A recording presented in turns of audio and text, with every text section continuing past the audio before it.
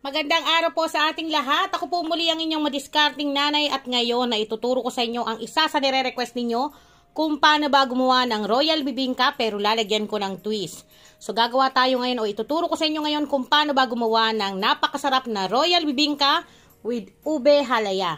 Panalo sa lasa at siguradong magugustuhan ng inyong mga mahal sa buhay at syempre pwedeng nyo itong pagkakitaan. Kaya tara na, atin ang simulan, ipapakita ko sa inyo mga sangkap na ating kakailanganin. So yan, narito yung mga sangkap na kailangan natin para sa ating royal bibingka. So meron tayong glutinous rice flour. Ito po ay giniling na malagkit na bigas. Ngayon sa mga nagtatanong, ito po ay nabibili na sa palengke. Meron na pong giniling na ready-made nyo na ang magagamit. Ngayon kung wala kayong makita dyan sa lugar ninyo, pwede naman kayong mag-blender ng giniling na malagkit na bigas. Siyempre meron tayong gata ng nyog. Pwede rin kayong gumamit ng nasa lata kung wala kayong fresh na gata na nabibili sa palengke. Then, meron tayong evaporated milk. Any brand po pwede ninyong gamitin. Gagamit din tayo ng 6 na pirasong large egg. Tapos, meron tayong condensed milk. Meron din tayong melted butter. Pwede rin po ang margarine, ha? At meron din tayong washed sugar. Pwede po ang white sugar. Pwede rin ang brown sugar. Ngayon, sa sugar natin, pwede kayong mag-adjust. Depende yan sa tamis na nais ninyo. At ito po ay optional. Maglalagay ako ng ube halaya para maiba naman yung ating royal bibingka sa panlasa ng Pinoy. Alam naman natin ang Pinoy ay mahilig sa kakanin. Samahan pa natin ng ube halaya. Talaga nga namang patok ito sa lasa. At siguradong magugustuhan ng inyong pamilya at syempre pwedeng yung pagkakitaan to. Kaya mag-start na tayo. Kukuha tayo ng isang malaking lagayan para pagsamasamahin tong ating mga sangkap. So, ang una muna natin gagawin ay paghaluin ang ating 6 na pirasong itlog, yung ating washed sugar,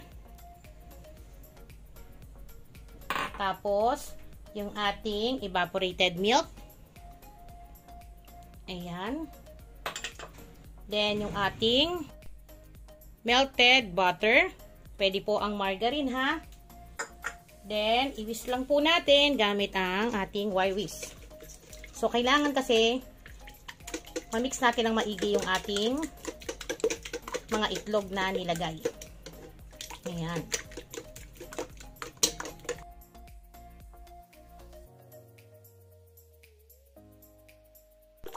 So, yan. Once na na-mix na po natin, ilalagay na natin ang gata ng nyog. Ayan, ito po ay unang piga. Then, yung ating condensed milk. So, sa tamis po, inuulit ko, kayo po ang mag-a-adjust. Depende sa panlasa ninyo. Kung gusto nyo sakto lang, kung gusto nyo matabang, pwede kayo magbawas. Meron kasi gusto sobrang tamis, pwede kayo magdagdag. Ayan. Tapos, mix ulit natin.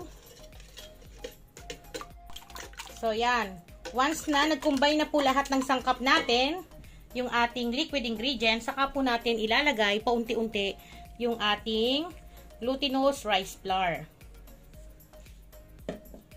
Tapos, haluin lang po natin hanggang sa wala na tayong makitang buo-buo. Ayan. So, sino ba dito ang mahilig sa kakanin? Sabi ko sa inyo, mahilig po ako sa kakanin. Pagpapalit ko po ang malagkit ang mga kakanin sa mga karne o cake, ice cream. Dito na ako. Ilagay natin ulit yung mga natitira. Ayan. Tapos i-mix ulit natin.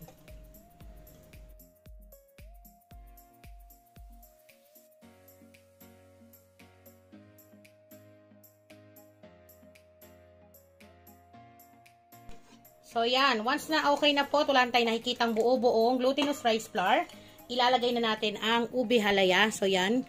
Mapapansin niyo pinaghiwa-hiwalay ko siya.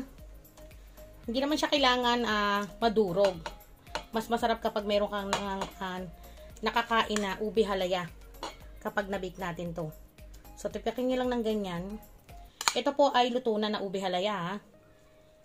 Yan. Pwede po kayong magluto So, meron na po akong video nito. I-check nyo lang po sa aking YouTube channel.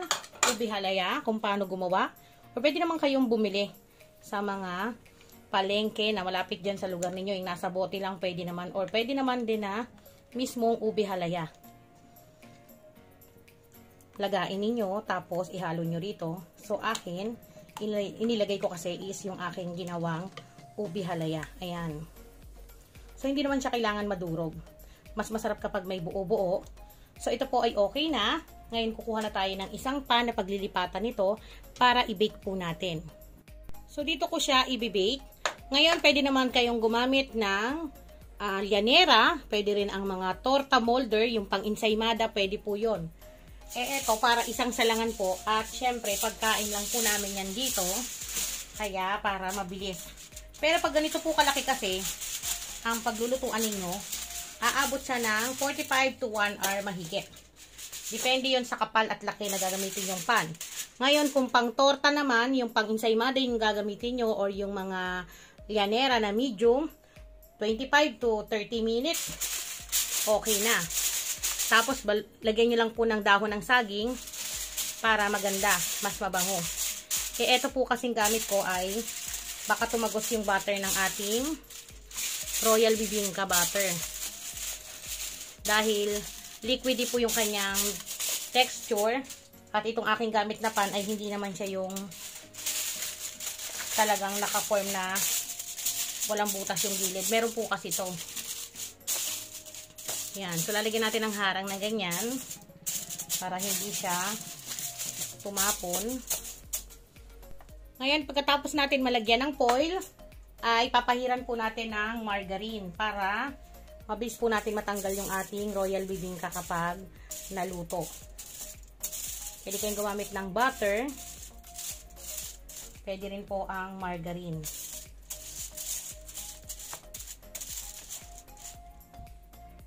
So, yan, okay na. Pwede na natin ilagay yung ating mixture ng Royal Bibingka. Yan. Pagkatapos, ilagay natin yung mga naiwan dito na buo-buong halaya. So, paghihiwalay-hiwalayin ko siya. Yan. Para kapag in-slice, masarap. Pag natikman nyo po ito, panibago po sa panlasa ninyo. Yan.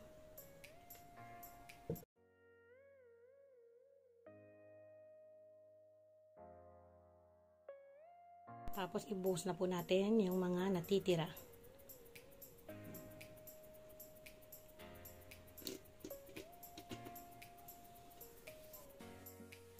Yan, tapos na po tayong maglagay dito sa ating pan.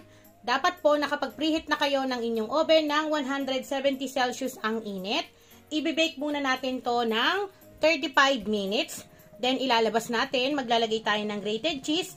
Tapos, ibabalik po natin ulit sa ating oven at another 30 minutes hanggang sa maluto na po siya. So, papakita ko po sa inyo ito pagkalipas ng kalahating oras. So, yan, after 30 minutes, so, normal lang po na mag-swig ng ganyan. Ang gagawin natin, maglalagay tayo ng butter. So, pahiran nyo lamang po habang mainit yung inyong Royal Bibingka. Ng ganyan. Then, pwede naman kayong magtunaw ng melted butter para mas mabilis. Tapos, saka tayo maglalagay ng grated cheese. Ang bango po niya. Nakakagutom na yung amoy.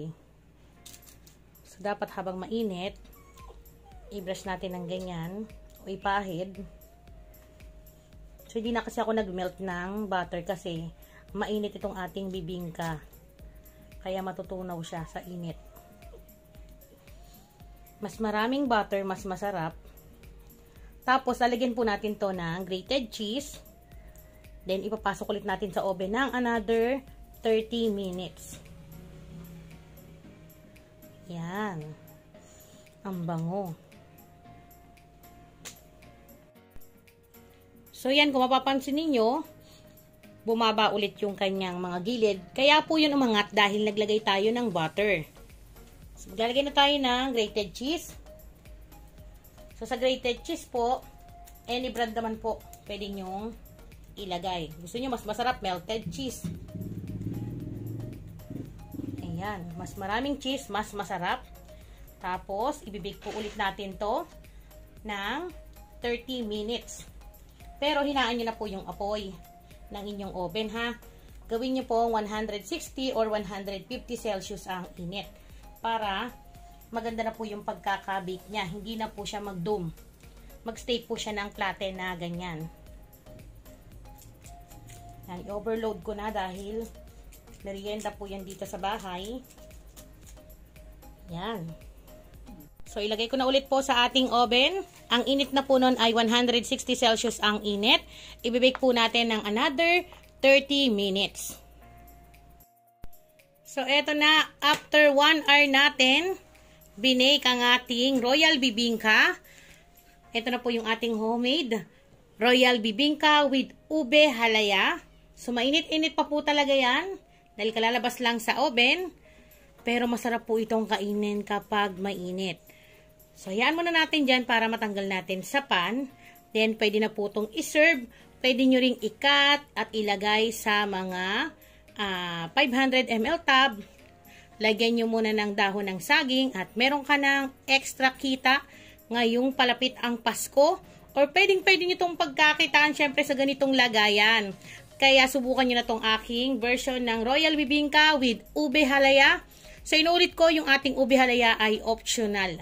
Ngayon, kung wala kayong ube halaya, tanggalin nyo lang yon at meron na kayong classic Royal Bibingka ni Manay. Ang bango. Sarap po nito sa kape, kaya magtitimpla muna ako ng kape.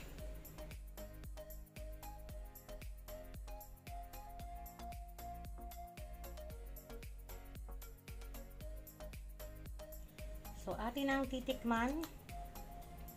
Mainit-init pa po talaga. Masarap to kapag may kape. Ayan. Ang ating Royal Bibingka with ube halaya. Mausok-usok pa.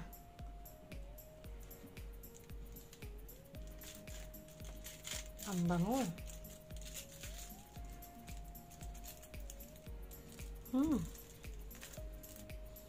Ang sarap. Saktong-sakto lamang po yung lasa nito. Ayan. So, tikiman time. Hindi po to tikim. Lamon po talaga. Ayan. So, marami na po kayong magagawa sa recipe na pinakita ko sa inyo. Kaya, i-try nyo na po. Pwede nyong lutuin sa kain po tayo.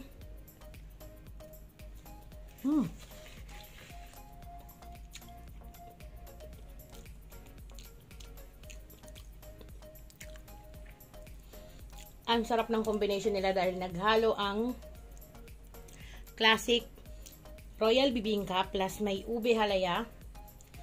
Tapos meron tayong cheese sa ibabaw. Kaya nagbe-blend yung alat, tamis.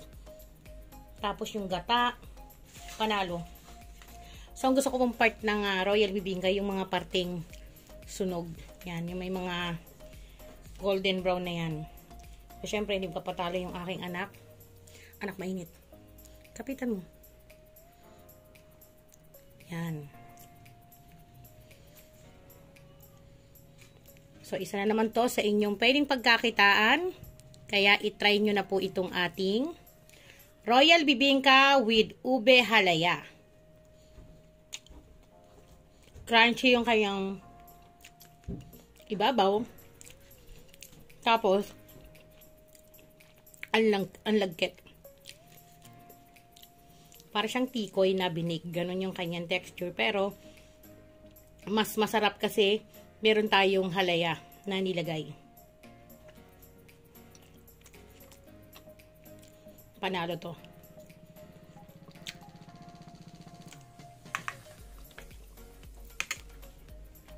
Sa muli, ako po ang inyong madiscarding nanay, at kung ikaw ay bago lang sa aking channel at nagustuhan mo to, please don't forget to subscribe and click the bell button para updated sa mga recipe pa na ibabahagi ko. And please Don't forget to follow and like my FB page, Madiskarting Nanay by Mel Choice. Ilalagay ko lang po dyan sa aking screen. At pwede kang mag-join sa aking group page, Madiskarting Nanay, Mel Choice. Ayan. So, bisitahin lamang po yan para ma-enhance ang iyong kaalaman. Matutong kumita kahit nasa tahanan lang, maliit na puhunan. Nag-aalaga ka pa ng anak mo, kumikita ka na. Yan ang diskarte ng ina. Kaya sana po ay masubukan nyo itong aking panibagong version na to. At sa mga nag-request nito, eto na po. Matagal nyo na itong nire-request. So, nilagyan ko ng kakaibang twist para mas masarap. Mas panalo sa lasa ng Pinoy. Alam naman natin ang Pinoy, mahilig sa kakanin. At mahilig sa ube halaya, kaya pinaghalo ko na para naman bago sa inyong pandinig. Ang ating Royal Bibingka with ube halaya, itry nyo na po dahil napakadali. Ngayon, kung magtatanong kayo, wala akong oven manay. Pwede ba itong i-steam? Yes, pwede namang i-steam, pero mas maganda, gawin nyo na lamang is improvised oven. Gamit kayo ng isang malaking kawali o isang malaking kaldero, then maglagay lang kayo ng rack sa loob. Tapos, saka nyo ipatong ang inyong ibibake at takpan. Dapat kulob na kulob siya para makuha natin ang texture na ganito. Maraming salamat po sa inyong lahat. Kita-kita po tayo sa susunod ko pang recipe. Paalam!